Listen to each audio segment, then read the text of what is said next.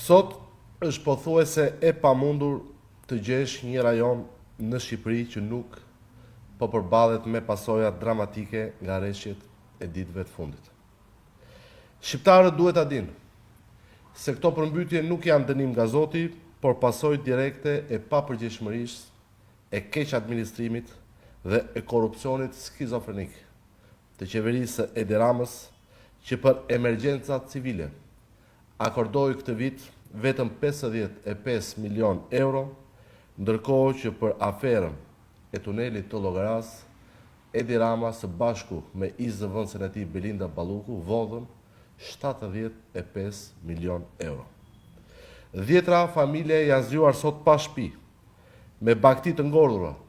me biznese e toka të përmbytura nga veriu në jug, ndërkohë strukturat shtetërore mungojnë plotësisht dhe i kanë lënë qytetarët në mëshirë të fatit. Shqipëria sot është në ujë, sepse qeveria zgjodhi të financojë afera korruptive në vend të mbrojtjes së jetës dhe pronës së qytetarëve. Në vend që të drejtonte shtabin e emergjencës dhe t'i vinte në ndihmë familjeve në nevojë, kryeministri zgjodhi edhe sot të mbajë leksione kushtetuese për të mbrojtur ish-zëvendësen e tij Belinda Balluku, të lidhur ngushtësisht me aferën e tunelit të Llogaras, ku bashkëvodhën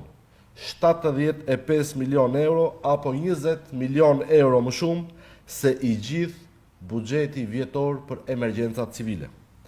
Nëse këto fonde do t'i shkonin mbrojtjes së qytetarëve, Shqipëria sot nuk do t'i ishte e përmbytur